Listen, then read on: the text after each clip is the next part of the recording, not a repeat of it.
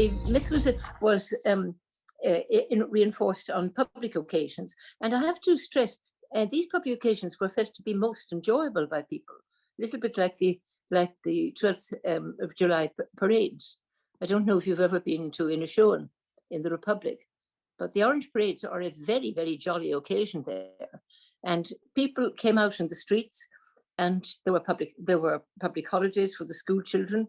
The most impressive things, and starting as early as 1871, were the great victory and commemorative parades, the victory parades, and then on the anniversaries, the commemorative parades, in which the idealized image of the German warrior was central. There were the brass bands, all be uniformed, playing to the public in every town and village. And on state and municipal occasions like the Kaiser's birthday, when, the parades would be led by serving officers in their magnificent regimentals. Because although the Prussian kings were known for their parsimony, they had always been ready to spend money on uniforms. And both Kaiser William I, the II, and later on Hitler, was terribly keen on uniforms and new uniforms.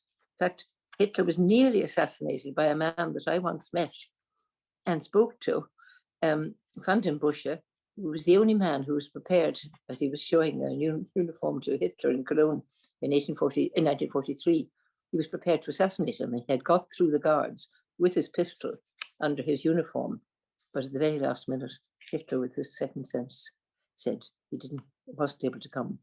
Something else had turned up. Anyway, to get back to our victory parade, behind the officers marched the veterans of the 3 wars of unification and all who'd done their obligatory military service. All these good citizens could shine their brass buttons, don their uniforms, and admire their own personal contribution to national glorification. So think of Father in his veterans or lieutenant of the reserve uniform, leading the family to witness the event, his wife on his arm, the dutiful children, his mini regiment, walking decorously behind him, an icon of Prussian discipline. Little Fritz could play his wee drum. Little Gretchen, dressed in her best, would be neatly plaited and biddable, because of course in the warrior nation, the Second German Empire, women knew their place. No Brunhildes here or Kriemhildes, but rather women with the 3 K's in the front of their mind. Kinder, Küche, Kirche. Children, kitchen, church. That was the sphere in which women belonged. And all this public self-enhancement, all this entertainment was free. And people who were involved could feel a sense of being part of a great whole. That is, of course, apart from some people, the perfidious Catholics who were still disloyal to the old Austrian Empire, the Bavarians, the resentful inhabitants of conquered Alsace-Lorraine, and of course the Poles. And from 1879 onwards, the so-called money-grubbing Jews, who now began to feature in a veritable flood of anti-Semitic cartoons, because you need enemies if you're to put your values across. Anti-Semitic cartoons, satires, and pseudo-philosophical texts, which caught the public imagination. So that's a topic that I don't want to pursue here. It's a topic for another time. And who was the patron saint of this mighty nation? Not, as had been for centuries, the greatest of angels, St. Michael the Archangel, whose name is commemorated, as Beethoven will know, in countless hundreds of German place names, but rather the invented secular saint, our friend Siegfried, tragic hero of the Nibelungen Saga. Modern political myths are less to do, we're told that myths are poetic truths, and so they are, but modern political myths are less to do with truth than the promotion of group belonging. And especially in the age of nationalism, I think, a national identity at a given moment. The Prusso-German warrior spirit as a reincarnation of the Siegfried myth was a latter-day fabrication designed to meet a particular challenge, how to create a national identity for the disparate peoples of the 25 states. and above all, to justify the claims to the moral superiority of Prussian hegemonial rule. The success of Bismarck's Blood and Iron, where advocacy had so long failed to bring about German unity, did prove to be an acceptable and potent myth for some, I think, 3 generations of Germans. Those who had fought and died in the recent wars to bring about German unity, their children who fought in the First World War to defend what official propaganda trumpeted as German freedom, German justice. And by the way, propaganda both on the Allied side and on the German side was extraordinarily potent. And the iconic status of the warrior myth was successfully invoked and brutally imposed in Hitler's so-called 1,000-year Reich.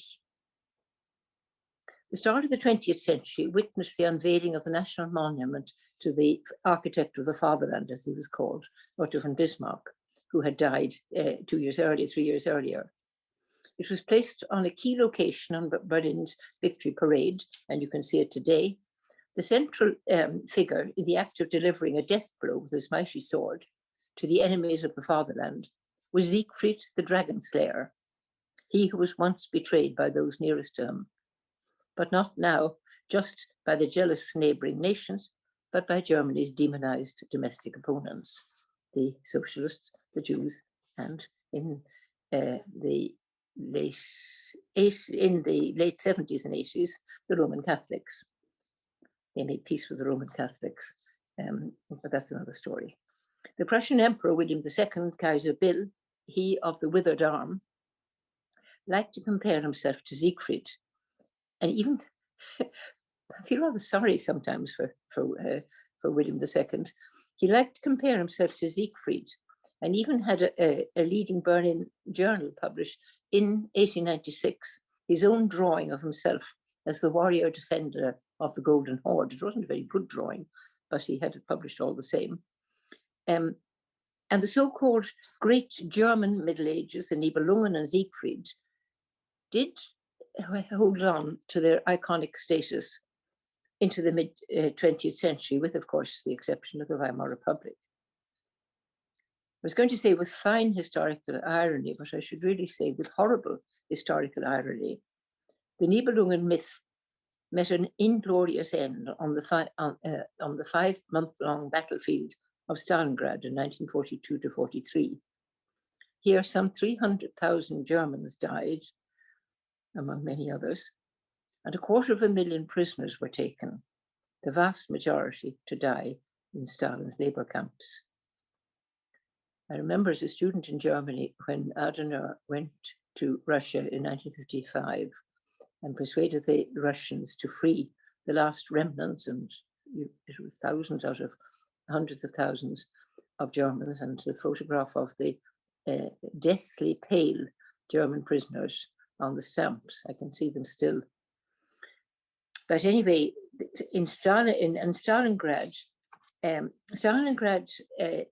the German army could have sought a timely retreat from certain defeat before they were completely surrounded. But Hitler furiously refused to allow this to happen. And he hysterically reminded his commanding officer that, I quote, "No Prussian field marshal has ever surrendered." And he nihilistically and cynically invoked the spirit of Siegfried, the spirit of Siegfried as the mighty warrior hero who would never admit defeat, even as he was being traitorously murdered. The 3 following generations of Germans, and I simplify a little bit, those born in the 1930s to the 1980s, whether they were citizens of the German Democratic Republic from 1949 to 89, or of the German Federal Republic, avoided using the term Deutsch of themselves, or Deutschland of their nation state. They talked of Bundesbürger or Bundesrepublik. Why, if I'm not wrong, the younger generation of Germans today no longer shares such sensitivities, it is another, and to me, even more interesting question. Thank you.